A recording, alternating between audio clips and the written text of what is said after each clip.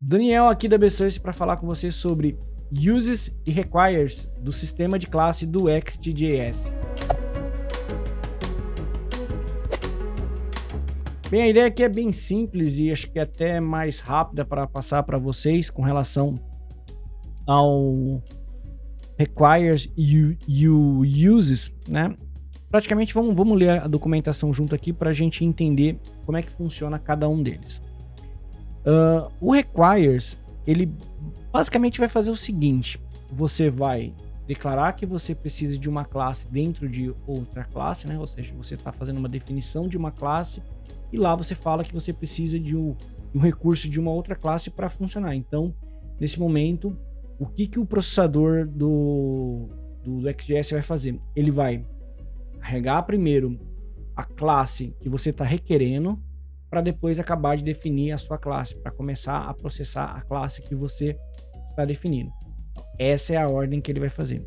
E no Uses, que é o que está aqui embaixo, eu vou aumentar um pouquinho aqui a documentação. Ele vai falar que é uma lista opcional de classe para carregar junto com essa classe.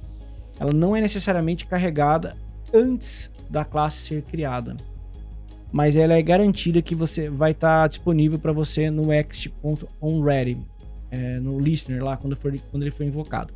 Basicamente, qual que é a diferença aqui, tá? É o seguinte: em termos de funcionalidade do XJS, existe sim algumas classes que você vai fazer o uso do Uses e o uso do Requires, tá?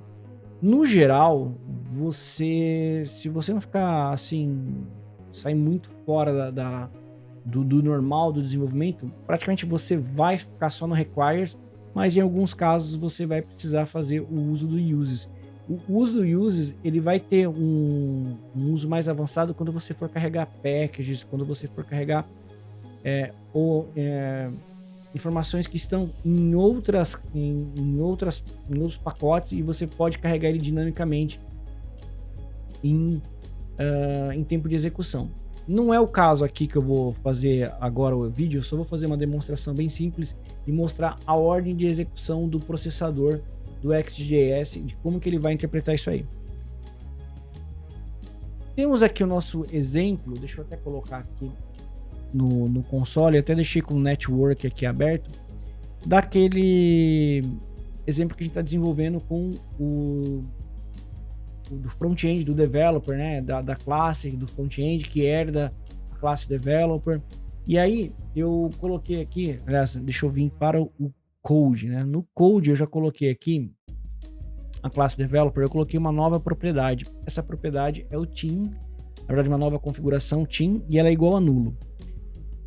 Qual que é a minha intenção aqui? Basicamente setar um time, mas aí agora o que eu fiz de novidade? Eu criei uma classe chamada team com a configuração de nome. É basicamente uma classe só para a gente fazer o exemplo mesmo, tá? Tem nada demais aqui. E aí vocês vão ver o seguinte: se eu for lá no meu Developer Tools, no meu console, e pedir para declarar aqui a minha classe, o que vai acontecer? Pode ver que ele já carregou o Teams aqui, ó. Que vem em algum lugar, ele já carregou o... Deixa eu colocar. Já tá carregado, tá? Aonde que ele tá carregando isso aqui?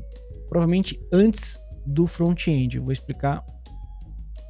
Ou, na verdade, ele nem tem ordem de carregamento aqui, porque ele tá carregando pelo application lá do asterisco. É meio difícil de encontrar aqui porque ele tá trazendo tanta coisa que a gente não quer que ele traga,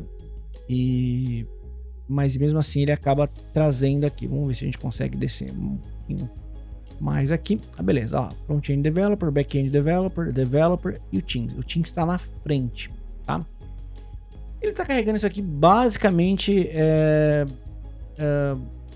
a título de ordem, quase como se fosse uma ordem alfabética, porém o back-end e o front-end, ele sabe que ele é do developer, então ele tem que carregar o developer antes. Ele tem toda uma ordem de prioridade. Mas como é que isso aí acaba acontecendo? Lá no application, você tem aqui my class system test ponto asterisco. O que está dizendo? E eu não gosto muito dessa abordagem, tá? A Ascension ultimamente está colocando isso aqui para você carregar suas aplicações, e isso significa que todo e qualquer arquivo JavaScript ele vai processar como se fosse um arquivo válido da sua aplicação. E, por exemplo, se você cair na besteira de copiar e colar um diretório e esqueceu e fizer um build, ele vai empacotar tudo isso, entendeu? Então você não perde um pouco a referência com relação a exatamente o que você requer do seu projeto. Confesso que é mais confortável assim, porque você carrega tudo, você não precisa ficar preocupado com require tela a tela. Mas, ao mesmo tempo, abre margem para isso aí que eu falei para vocês. Deixa eu comentar essa linha, nós vamos ver um comportamento diferente. Olha lá, vai carregar aqui. E eu vou vir aqui agora e vou pedir um novo front-end. Um novo developer front-end. Ele já vai dar 2 avisos em amarelo aqui, ó. Ele não deu aviso ainda porque... Vamos lá, deixa eu... Aquela história de recarregar a aplicação. Tem hora que ele vai redondinho, vai rápido. Tem hora que não vai. Dessa vez não tava indo. Aliás, tá meio que implicando com a gente. O que ele fez aqui? Ele falou o seguinte, olha, eu tive que sincronizar de maneira síncrona a classe Front-End Developer. Considere adicionar act_require embaixo do act.onReady. Isso aqui é uma mensagem antiga do XJS, mas basicamente é o seguinte, ele está falando, ó, se você vai usar essa classe, considere declarar que você vai usar. E aí como é que a gente vai fazer isso? A gente vai fazer o seguinte, eu vou copiar esse erro que está dando aqui e vou vir aqui no meu require e vou declarar que na minha aplicação eu uso essa classe. Vou até salvar umas 2 vezes aqui para ver se ele carrega e não dá problema com a gente aqui. Pronto, carregou. Legal. Agora, se eu quiser executar a segunda linha, que é fazer um set team, ou seja, eu vou pegar o objeto do front-end e vou criar um time e jogar dentro desse objeto aqui, tá? Ele vai dar o mesmo erro. Ele vai falar o seguinte, olha, você está usando um time, mas não está declarando. Então, como é que a gente resolve isso? A gente vem aqui na classe do time, copia, vem no developer e aí cabe a nossa escolha para resolver o problema. O primeiro ponto que a gente vai resolver, o que a gente vai fazer aqui? Eu vou colocar lá, criar meu developer e vou setar o time. E funcionou sem o aviso em amarelo. Por quê? Porque está no meu require. Agora, olha o que acontece aqui, ó. É isso que eu quero mostrar para vocês. Por eu ter colocado ele no meu require, vamos lá, developer, front-end developer e application, tá? Ele tá aqui nessa posição. Eu até tô desconfiado com isso aqui.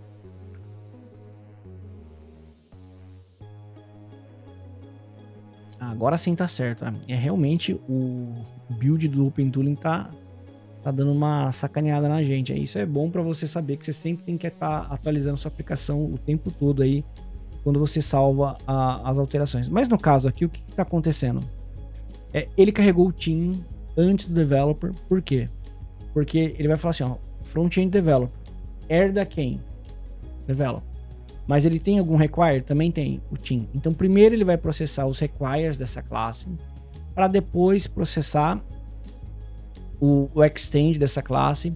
Se ele tivesse uma store, dependendo da situação, puxando um view model, enfim, dá para você ir organizando e ele vai pegando arquivo por arquivo e isso passa pelo processo do build do XJS. Então é importante você deixar isso bem configurado para a tua aplicação.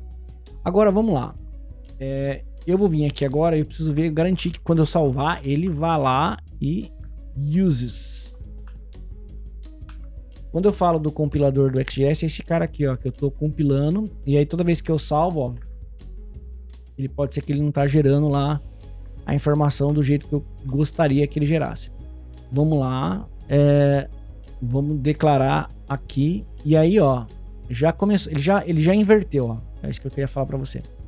Antes de eu usar aqui, ó, o que ele fez? Ele falou o seguinte, olha, o time vem agora depois do front-end developer, para dizer o seguinte, olha, essa classe diz que pode ser que use esse cara aqui.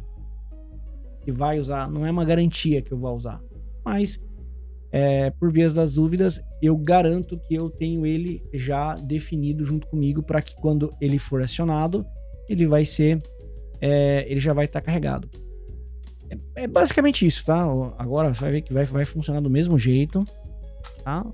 Não tem muito segredo com relação a esses dois tipos de configuração numa classe do XJS, o require e use. Na verdade, assim, tem diferença, mas não tem muita sofisticação, não tem mais o que eu contar para você.